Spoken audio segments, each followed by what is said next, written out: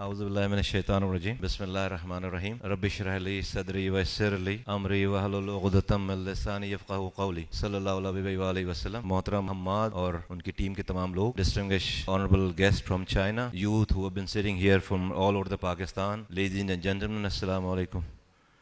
Thank you very much for giving me this opportunity and honor. I wish this conference success and cultivate good fruits for the people of Pakistan and for the humanity all over the world. Well, I've been having this responsibility of health ministry. With this title, you have invited me here. So let me just share some little bit of health sector of Pakistan and what I expect and what I foresee the future role of the youth of Pakistan as well as the other people here in this country, but especially the youth. So right now, recently I was asked to communicate the message to the Prime Minister for this youth ministry. I would just revert back to you.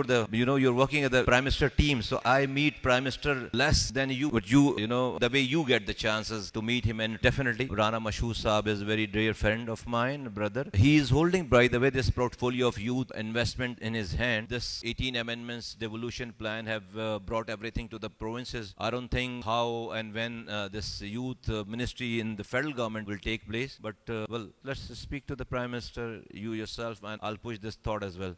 Ladies and gentlemen, let me just speak a few things in Urdu so that if these cameras take my message to different part of Pakistan, it would be better for understanding it for everybody, because this is not just for you. I'm sharing my thoughts. It's for the entire Pakistan and youth of Pakistan. When it comes to health sector of Pakistan, health facilities of Pakistan, we call it health care. So in 3 months time since I have been holding this responsibility, in 3 مہینوں میں مجھے یہ پتا چلا کہ it's a sick care system of Pakistan. ہماری environment پہلے ان کو بیمار کر رہی ہے اور پھر اس کے بعد ہم اس کا علاج کرنے کے لیے جو ہے وہ اس کے لیے تگ و دو کر رہے ہیں. میں کیوں کہہ رہا ہوں یہ بات؟ This healthcare system start from the birth rate of in Pakistan. The birth rate we have at this moment here in Pakistan, we all, since the 68% of youth bulges in the country, so this youth must get the right information, right knowledge about all those things which is not being spoken very oftenly in Pakistan, because this is not the norm. اور وہ کیا ہے کہ ہمارے یہاں you talk about, ہم جب بات کرتے ہیں health care کی, یہ شروع ہوتی ہے انسان کے پیدا ہونے سے. انسانوں کی بات کر رہے ہیں نا, تو انسان کے پیدا ہونے سے شروع ہوتی ہے. اور ہمارے ہاں جو پاپولیشن گروتھ ہے وہ ہے ہر سال 2.5%. ہمارے یہاں فرٹیلٹی ریٹ جو ہے وہ 3.6 ہے, 3.6, which is highest in this region, which is highest in this entire region. With this 3.6 fertility rate, every year, ہر سال ہم 6.15 million لوگ ایڈ کر رہے ہیں, 6.15 million لوگ ایڈ کر رہے ہیں, which is like one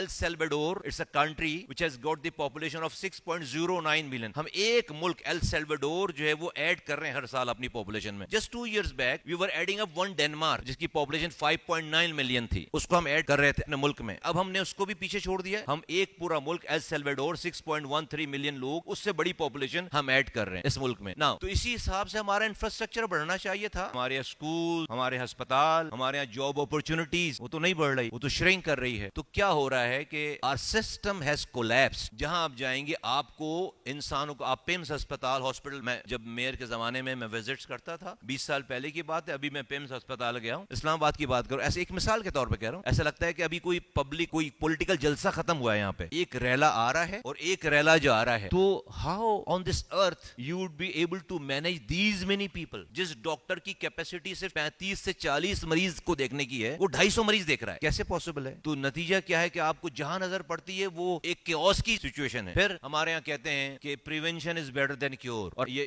ہم کیا کہتے ہیں, دنیا کہتی ہے, ایکسپرٹس کہتے ہیں کہ 68% ڈیزیز جو ہے وہ واٹر بورن ڈیزیز ہے ہمارے یہاں دنیا میں. 68% ڈیزیز, اگر آپ صاف پانی استعمال کریں تو آپ 68% ڈیزیز سے بچ سکتے ہیں. نا کنڈیشن کیا ہے ہمارے یہاں, جب ہمیں یہ پتا ہے کہ 68% ڈیزیز واٹر بورن ڈیزیز ہے اس نیشن. چونکہ آپ یوتھ ہیں, میں آپ کے سامنے بات کہنا چاہتا ہوں, کیونکہ جو میری عمر کا اب مجھ میں چینج نہیں آ سکتا, میں ٹھیک نہیں کر سکتا چیزوں کو. I would be too rigid to change myself because we have reached to this level. The hope and future and flexibility in the youth of Pakistan, the hope is there. اس لیے میں یہ بات کھل کر کہہ رہا ہوں. تو 68% ڈیزیز جو ہے وہ واٹر بورن ڈیزیز ہے. تو پانی کی کنڈیشن کیا ہے ہمارے یہاں؟ ہمارے یہاں سیویج کے ٹریٹ کرنے کا کوئی کانسیپٹ نہیں ہے. سیویج کو, جو آپ کا سیویج کا پانی ہے, اس کو ٹریٹ کرنے کا کوئی کانسیپٹ. یہ جو سب سے اوپر گھر ہوگا نا پاکستان کا, گلگت بلتستان کے پہاڑوں پہ, وہ جب اپنے واش روم میں, باتھ روم میں جب فلش کا بٹن دباتا ہے تو اس کا جو سیویج نکل رہا ہے گھر سے, وہ کہیں نہ کہیں جا کر کسی کے پینے کے پانی میں مل رہا ہے آل دا وے. جسٹ امیجن فار 1 سیکنڈ, آنکھیں بند کر کے سوچیں ذرا, جو ٹاپ کا گھر ہے اوپر اوپر والا جو محلہ ہے, جو نیبرہڈ ہے, اس کا پانی وہی صرف صاف پانی پی رہا ہے بس. اس کے بعد کسی نہ کسی کا سیویج کسی نہ کسی کی نالی میں, ندی میں, دریا میں مل کے all the way کراچی تک جا رہا ہے سارا. یہ somehow the other we all are drinking each other's sewage somehow. اور جو گراؤنڈ واٹر ٹیبل ہے اس میں بھی سیویج کا پانی جا رہا ہے, کیونکہ جب ہم ہاؤسنگ اسکیم کی پرمیشن دیتے ہیں کسی محلے کو تو ہم دیکھتے ہیں کہ پانی دے گا نہیں دے گا ڈیولپر, بجلی دے گا نہیں دے گا, گیس کی لائن دے گا نہیں دے گا,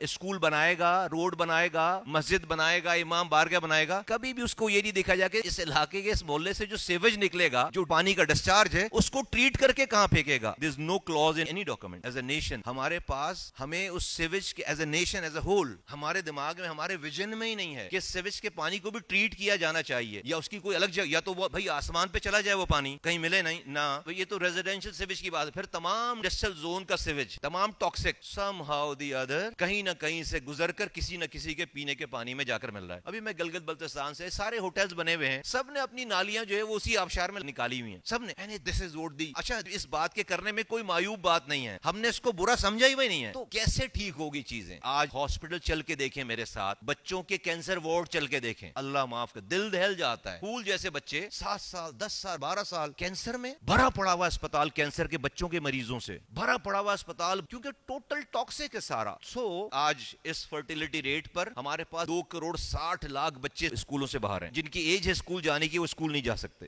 آج ہمارے یہاں اس فرٹیلٹی ریٹ پر 43% جو ہمارے بچے ہیں 5 سے 12 سال کے, وہ سٹنٹڈ گروتھ کا شکار ہیں ڈیو ٹو میل نیوٹریشن. انف غذا نہیں ہے تو ان کا دماغ نہیں بڑھ رہا. وہ 43% آپ کا جو بچہ ہے اس ملک کا, وہ کسی قابل نہیں ہوگا بڑا ہو کر. جیسے امیجن آج اگر اس ریٹ پہ ہم چلتے ہیں تو ہمیں جو ہے وہ 66,000 نئے اسکول چاہیے, 66,000 نئے اسکول چاہیے, ہمیں 6,79,000 ٹیچرز چاہیے, اور ہمیں کچھ 65 ملین نئی جابس چاہیے. Today we are the 5th most populous country in the world. Just 5 years down the line we are going to be the 4th most populous country in the world. ہم Indonesia کو پیچھے چھوڑنے جا رہے ہیں 5 سالوں میں. تو what I'm saying, talking to you ladies and gentlemen and the youth of Pakistan, when we talk about future, when we talk about hope, planning, آج کے سینیریو میں سارا بجٹ فلاپ ہے, ساری پلاننگ فلاپ ہے, health sector, education sector, infrastructure سب flop ہے, job opportunities سب فلاپ ہے. آپ اس پہ پلاننگ ہی نہیں کر سکتے. ہمبل سے بیک گراؤنڈ سے میرا گھر تعلق ہے, میں 4 کمروں کے گھر میں رہتا ہوں, 2 اس میں بیڈ روم ہے, 1 ڈرائنگ روم ہے, ڈائننگ روم ہے فرض کریں, اور اس میں میکسیمم 6 لوگ رہتے ہیں اس گھر میں, ٹوٹل ملا کر سارے گدے شدے لگا کر سو جاتے 6 لوگ رہتے ہیں ٹوٹل فرض کریں. 2 واش روم ہے, 1 کچن ہے, ٹوٹل 6 لوگوں کی جگہ ہے, جن کو روٹی بھی مل جاتی ہے,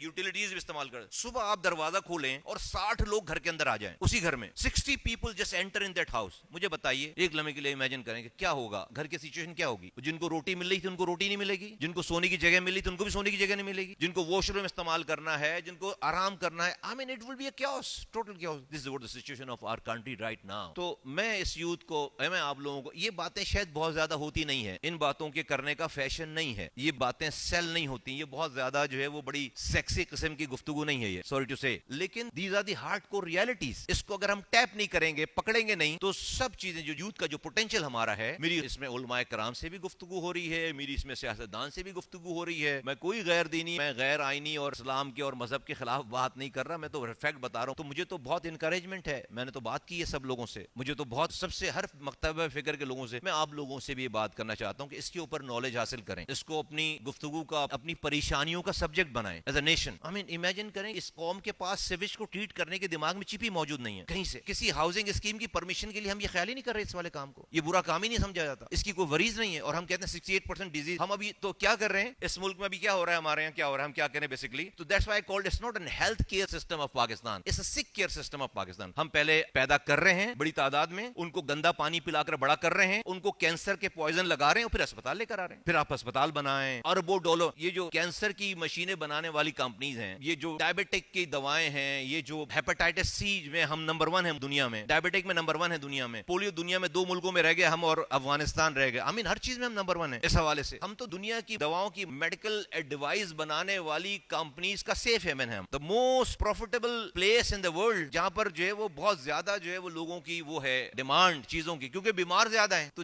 آپ جس اسپتال میں جائیں وہاں پر رش لگا پڑا ہوا ہے, زبردست بزنس چل رہا ہے. تو